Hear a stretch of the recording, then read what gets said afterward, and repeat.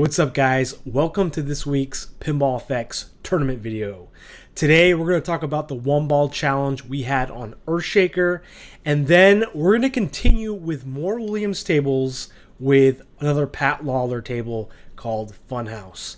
So I put up a vote just a few hours ago asking you guys if you wanted to take a break from the Williams tables and move on to like the Marvel tables.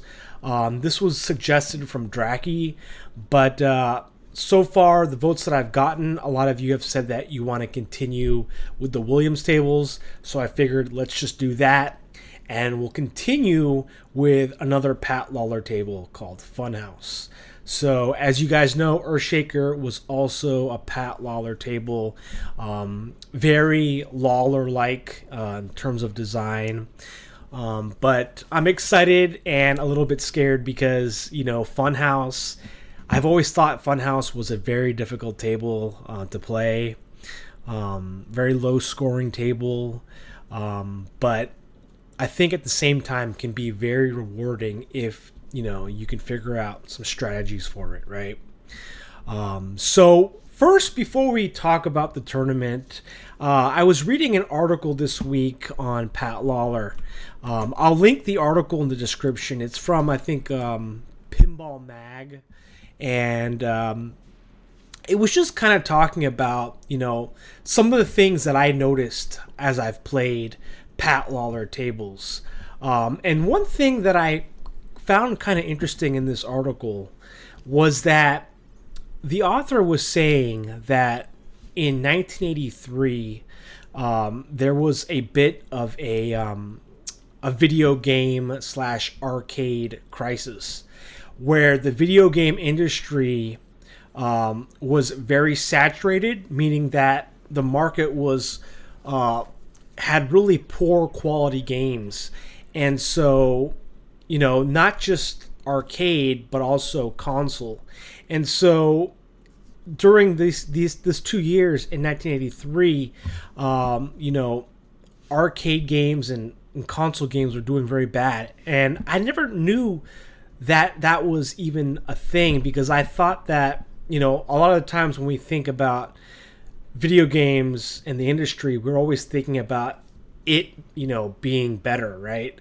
A lot of us already know that, you know, console gaming pretty much took over the arcade, right? It was one of the reasons why arcades died out, right? But I didn't realize that in 1983, the market was so saturated, and there was the competition of home computers. So that was kind of interesting to read about, how you had basically arcades and you know, early consoles, and then you had a competition with home computers. And you know, I just found that really interesting.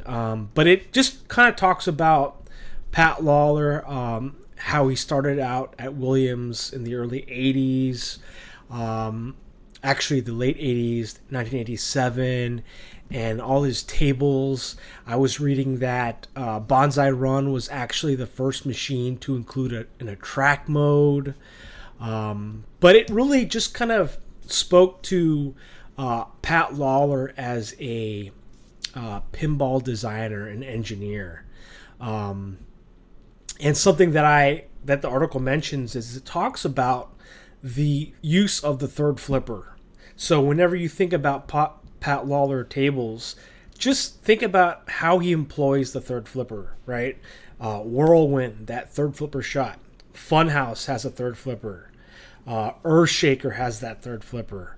The Addams family has that third flipper. It has that thing flipper, right? That mini flipper.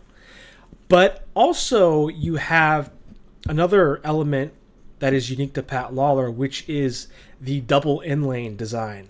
And so the double inlanes design is supposed to make it so that the ball doesn't really drain in the outlane as much, because, you know, you have the ball will fall more likely into the inlane. So there's a double inlane in Addams family. It's on the left. There's a double inlane on Earthshaker. It's on the right of the table. I don't think there's a double inlane Whirlwind, but there is one. There is a double inlane in Roadshow, another Pat Lawlor table, and also in Roadshow you have the extra flippers, right? That third flipper. So that's kind of the when you're talking about Pat Lawlor, that's the gist of his tables. It also talked about how Pat Lawlor, when he designed his first licensed table, the Addams Family, how it mentioned something kind of unique in that you'd think that if you're working with a licensed theme that you'd have more freedom, more creative freedom to do what you want. But the article was kind of mentioning that when you have a licensed theme like the Addams Family, which Pat Lawlor worked on and designed, there's a lot more constraints because you have to think about the likeness and kind of what you want to portray on the table. Whereas if you come up with your own original idea like Earthshaker and Whirlwind, you have a lot more freedom. And so that's something I never really thought about. So there's always like an upside, right? If you have a licensed theme, that's cool because people, can associate that license with this table and it gets a lot of, eyes looking, but also you have to be aware that there's also a lot of constraints. But it just talked about Pat Lawlor, how the Addams Family was kind of one of his greatest tables, producing around 20,000 units, right, in total, plus the gold edition released in 1994. And then you compare it to his first ever table, right, Bonsai Run, which only produced 1,751 units. So, you compare that, Bonsai Run to the success of Addams Family, and it's just night and day. But you also remember that, Addams Family is a licensed property, so there's a lot of things like you can compare. You can kind of say, well, Addams Family is a licensed property, everyone knows about it, whereas Bonsai Run's original. So that is something to think about. Also, with Bonsai Run, you had the vertical playfield, which we played last week. That was our tournament last week. And something that the article says is that maintenance was, basically twice as much because it has a whole nother separate play field. And so Bonsai Run wasn't really successful because it wasn't bringing in that much money and it was costing a lot of money to maintain. Pat Lawlor also created Twilight Zone, which was another licensed theme. But I was reading that the clock on the Twilight Zone usually broke down, so it wasn't really reliable. But just a very interesting article overall. And sometimes I forget that Pat Lawlor designed Twilight Zone and Roadshow. But Pat Lawlor eventually went back to Roadshow, and he also, he designed Safecracker and No Good Gophers. And as you know, Safecracker also has the extra flipper, and so does No Good Gophers, and then No Good Gophers also has that double inlane model. So there's a lot that you can take from this article, but some of the most important things that I got from it was that, Pat Lawlor was saying that when he was, after Williams died out, he created his own company, and Pat Lawlor Designs, PLD. And then Stern, the pinball manufacturer, basically hired Pat Lawlor's as a subcontractor. And so Pat Lawlor was able to design other tables for Stern as well. I think Monopoly and a few other ones. And so he was able to kind of go back to creating original tables. He created, most recently, he created one for Jersey Jack Pinball called Dialed In, as well as the Willy Wonka table, which I want to play in real life someday because, I'm a huge fan of Willy Wonka. But yeah, I mean, there's a lot of things going, to talk about. But Pat Lawlor in one of the videos on that site was saying that pinball machines today are a lot more involved and require a lot more talent. Whereas pinball machines in the 90s, when he started working on them in the 80s, you didn't need a huge team. But now you really do need like a really involved team, because it's so technically robust, right? You have all these lighting, you have the LEDs, and things can get really crazy. So you need, engineers, designers, programmers, just like a movie, right? Think about a movie. Like a pinball machine today, a modern pinball machine today is much like a movie. It needs a lot of people. So yeah, just thought I want to read that. But so we're talking about this table on Earthshaker, the one ball challenge. Something that I noticed as I played was the shaker motor mechanic. While I think it's a cool mechanic, especially when you play it the first couple tries, I think it in a way loses its novelty on digital. And that's something that I think digital pinball can't really capture the essence of the shaker motor, right? Yes, you can play Earthshaker and you can have your controller or your cabinet rumble, right? You can kind of mimic it, but I really think that there's some things that digital pinball can't really emulate fully. So I thought, as the shaker motor was a cool idea, but after a while it just started to be like, oh man, this is more frustrating than it is like fun. But I also think that at the same time, you can't really compare the experience, because the real shaker motor is going to vibrate, and the physics are going to change the ball, so it's really something that I think can't be experienced on digital as quite as well. But that's something that I think is really huge on this table, is the shaker motor, right? Also, something very small on this table was the drain post, the little post in the middle that helps the ball from draining. So a lot of people may forget that this table has a drain post, and tables that use a drain post, you have to play into them. You have to trust the post, right? Because sometimes, if you don't play into the post, you'll flip early and then the ball will drain. So you kind of got to give the ball a chance to hit the post and just hope it bounces back to your flippers and does its job.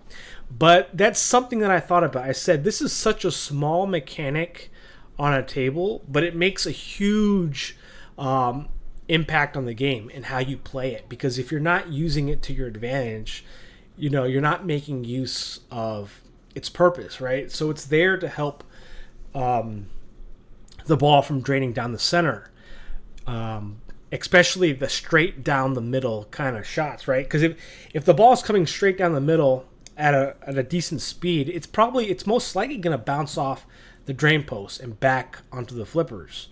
But if you try to nudge or flip and don't give it time to come back, you're going to drain the ball anyway. So just think about the drain post, and I call it trusting the post, right? Like trusting the process, trust the post. The cross ramp on this table is very difficult to actually hit, because you have to use that third flipper, right? So it's very much similar to the sky ramp, sky toll on Whirlwind. But I found that shot very hard to do, but fun to keep on trying to get better at. Oh yeah, and something I want to mention is when you think about Earthshaker as a table, I remember in grade school there was this like play mat that had like basically a bird's eye view of like a town, right, where you could see the hospital, the fire station, right, the church. You've probably seen it before, but it was like a play mat that was very popular in the 90s in grade school. And it just reminds me of the play field of Earthshaker so much. I just wanted to mention that. Let me know if you know what I'm talking about, because if you know, right? And so, yeah, this table, I think it was a difficult table. Not as difficult as Whirlwind. I think Whirlwind's a lot harder. But I think this, it's a Pat Lawlor table, so it's not easy. Nothing really comes easy. Even the hitting the center ramp for the miles was kind of hard to do. The captive ball wasn't really something I tried to hit either. The matchup features weren't really that exciting, except for the quick multi-ball that you could get lit, which was good. But really, the multi-ball was where it was at, I think. And getting a jackpot, but very hard to do. And then, hitting the center ramp for the miles, if you could get that, going, you could get some points from that. So it was a pretty decent table overall. There's also that shelter shot. After the multi-ball ends, you have a chance to, if you hit the shelter, you get another multi-ball started. But yeah, just a cool table with nice artwork, nice music and theme, and of course the novelty of the shaker motor and the institute, the building. Actually, in the article, the Godzilla table from Stern has the same thing, and it was inspired from Pat Lawlor and his Earthshaker machine. So I pretty much mentioned everything I want to say. Also, let me give a quick shout out to Balchi. Happy birthday to Balchi. He's 60 years young. So I'm going to say a quick happy birthday here. Happy birthday, Balchi. Happy birthday, Balchi. Happy birthday, Balchi. Happy birthday, Balchi. All right, Balchi, you owe me big time for that. I'm just kidding. I hope you had a great dinner, though, with your daughters, and I hope it was nice. But, yeah, just wanted to do that for Balchi because, he's been a follower on my channel for a long time and a great friend. And so, yeah, definitely wanted to wish you a happy birthday, Balchi. So, yeah, let's talk about this this tournament now. Let's look at the leaderboard here. So it was a closed tournament with 13 people, and it was limited to 10 attempts. And look who we have in first. Michael _363 with 5,842,000 points. Congratulations to you, Michael, a.k.a. Dracky. I did not expect Michael to get first place. I know Dracky is a good player, but I did not expect Dracky to get first place on this table, especially because this is a tough table. So I was very excited to see this, and I'm very happy for Michael, and I'm very happy because, he usually doesn't come in first that much, right? And to see him in first on a very difficult table is awesome. So congratulations to you, Dracky, for your first place. I think Dracky came in first on another table in another tournament that we had. I just can't remember, but when I saw his name at the top, I was so surprised and happy. So congratulations to you, Michael, for your first place score on Earthshaker in our one ball challenge. In second place, we have Supple Wrist with 5,450,000. Last week, Supple Wrist was the first place, I think, for Bonsai Run. So nice to see Supple Wrist again joining in our tournament to take second. And then we have third place, Moonface Maddie with 4,836,000 points. Very close to 5 million. Moonface Maddie came in third last week as well on Bonsai Run. So pretty cool to see Moonface Maddie in the top 3 again. And underneath Moonface Maddie, we have fourth place Gap Vic with 3,366,000 points. Congratulations to Gap Vic right there. And underneath Gap Vic, we have Balchi99, Birthday Boy, with 2,945,000 points, close to 3 million. I used up all my attempts, and I wanted to get past Balchi because, as you know, he's my arch nemesis in pinball. And look where I came, right below Balchi with 2,858,000. So really look at the scores. Look how close they are. 5, 5, 4, 3, 2, 2. So it's it's not a high scoring table, right? Underneath me, we have Carpi Sun with 2,697,000 points, and in 8th place we have UTD 4000 with 2,648,000. And in 9th place we have my friend Krabs with 2,317,000 points, and in 10th place, to round it off in the top 10, we have Leon 102, Lazy Space Cat with 1,344,000. In 11th place underneath him, we have Urko 1945. This is a really close contest right here between Leon and Urko. Look at that. It's like 20,000 points. In 12th place, our resident Australian PFX fan, Pinball FX fan with 1,119,000 points. And in 13th place, we have Bad Jack Daniels with 1,022,000 points with the Einstein. Still a very close score here, even between 12th and 13th, right? Just about 100,000 points. So the 10th, 11th, 12th, and 13th, all, really close, battles right there. And then you have pretty much close scores up here. Then you have first 3 are really close, and then you have 4th place Gatvic with 3 million. So Gatvic was the only one to get 3 million right there. But thank you guys for joining this tournament. I hope you enjoyed playing the last of the newest Williams tables. Hopefully we get more Williams tables like Elvira, if that's possible. We'll see. But I'm just happy that these 3 Williams tables are here. Now let's create our Funhouse tournament. So we're going to create a tournament. It's going to be on Funhouse. And we're going to have public because last time was closed. 1 ball. Unlimited attempts because last time it was limited. So public, 1 ball, unlimited players, unlimited attempts, 6 days. And this is a hard table. So let's see what we can do. And here is the tournament ID, VJJ1, I think. All right, here we go. Good luck, everyone, as always. But just remember, have fun. Oh, man. As much as I'm not a fan of this table on digital, I would really enjoy to play it IRL, just for the Rudy toy.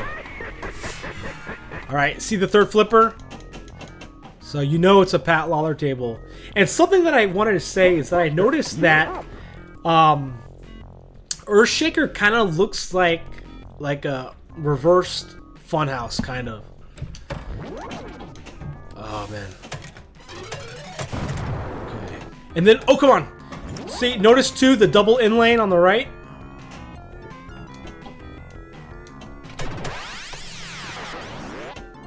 Oh, come on. Jeez. Okay, we're gonna restart that here.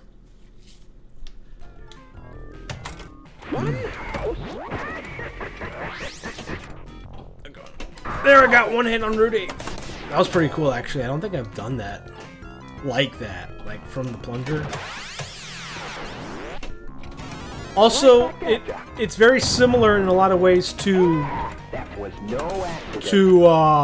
Roadshow, right? With the ventriloquist looking dummies. Where did you go now? Oh no. Hey Spunky, go play on the steps. And I think I read that Rudy calls you like different things. Like I think there's like 5 different possibilities. Spunky is one of them. I think he bath. Ow. Okay, I actually am. What do I go for here? It's lunchtime. Wind tunnel. Hot dog. Super hot dog. No! See, when the ball comes out of that area, I'm supposed to like cradle or like nudge.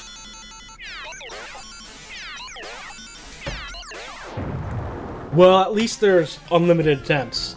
So I hope you guys have fun with Funhouse. It is a hard table, but we'll see how it goes, right? With 1 ball.